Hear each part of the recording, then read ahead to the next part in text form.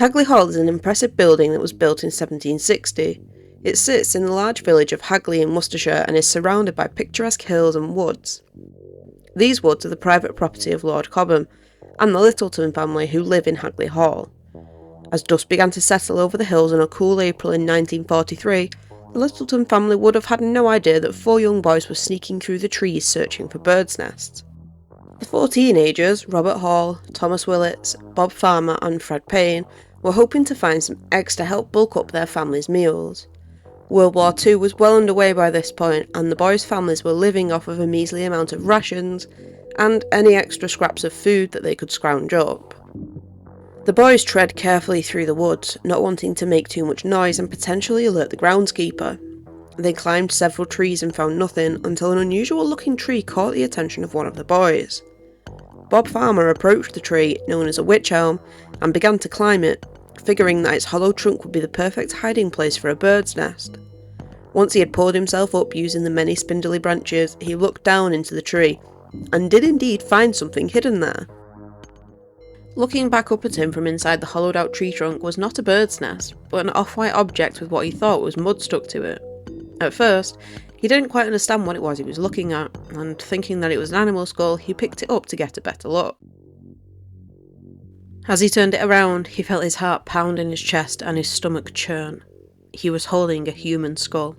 What he had thought was mud was actually the badly decomposed flesh of the person's scalp, still holding some scraggly strands of dark-coloured hair.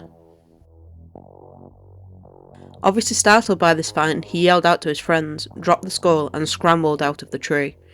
He explained what he had found to the other boys, and after some discussion, the group decided to head home and keep the gruesome discovery to themselves, afraid that they would get in trouble for trespassing on Lord Cobham's land.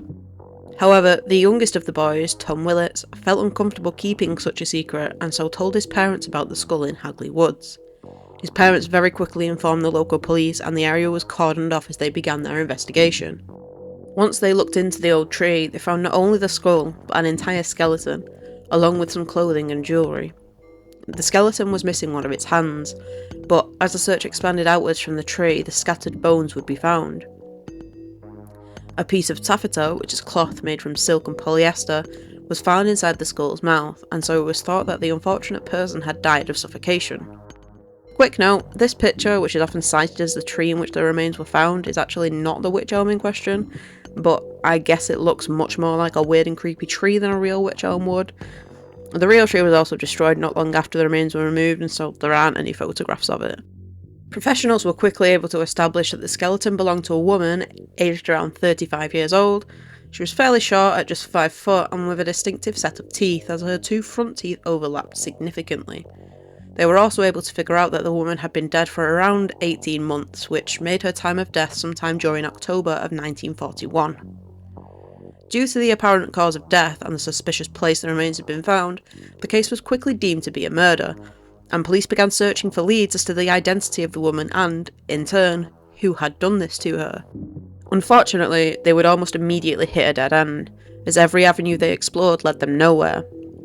Dentist records would turn up nothing. There were no missing people matching the woman's description. Police tried to use the personal items found with the body to find some clues. The shoes were traced to a specific market just over 10 miles away, but they were unable to find all the people who had bought them. And a ring had been found with the body too, but it was made of fake gold, and so this too was useless in helping them solve the mystery. Before long, people would turn their attention back to the raging war, and the unidentified woman would fade from the limelight. 8 months passed from the discovery of the body before the residents of Hagley would be reminded of the mysterious death. On the side of a building, written in chalk, someone wrote, "Who put Lubella down the wych elm?" Now, police didn't think much of this at the time, but this sentence would continue to pop up periodically over the following months, all seemingly written by the same person, and slowly it would morph into the slightly altered and popularised version, "Who put Bella in the wych elm?" Many thought that this could be the work of the killer, wanting to boast about getting away with murder. Others thought this could simply be someone wanting justice for the forgotten woman. Either way, the graffiti sparked everyone's imagination, and many theories began to take form about the woman in the wych elm. One such theory was that the woman had been killed as part of some sort of dark ritual, hence the removal of one of her hands. her body being stuffed into the tree, also played a part in this theory, as in these kind of rituals the bodies of the sacrificed are not to be buried. There are also some who believe that the location, in Hagley Woods, adds merit to this, as it is said to be somehow linked to the occult by some locals. Police and specialists at the time dismissed this theory and said that the bones of the woman's hand had simply been scattered by animals, and the body being placed in the tree was simply a means of hiding evidence of the murder. Another prominent theory surrounding the so-called Bella is that she was a German spy. War was at the front of everyone's mind, and German spies on British soil was not so far-fetched at the time. This would explain why nobody seemed to know who this woman was, and why no records of her could be found. MI5 would release some documents many years later, which would make those who knew of the case think they had finally figured out who the mysterious woman was. A man named Josef Jakobs was captured on English soil in 1941, a spy sent from Germany who was not very practiced in parachuting, and injured himself on the descent and landing, leading to his capture. In his possession he had a postcard containing the picture of a woman named Clara Barrel, and a handwritten note on the back which read, "My dear, I love you forever, your Clara. Landau, July 1940. It would turn out that Clara, who was Jacob's mistress, was a German performer in training to be a spy. She was meant to be sent over to the UK to work with Jakobs, however, since he had failed his part of the mission, he claimed that it was unlikely she would be sent. For some time, many people thought that Clara had indeed parachuted into the UK, but either failed her landing too, or had landed and taken refuge in the tree and perished there. This was ultimately debunked, as it was discovered that Clara was much taller than the skeleton in the tree, not to mention the fact that she had actually died in a Berlin hospital in 1942. Some years after the incident, a woman would come forward claiming that her husband had had a hand in the deceased woman's demise. Some sources state that the woman claimed both her husband and the woman were spies, and that another spy working with her husband had killed the woman after discovering her true identity.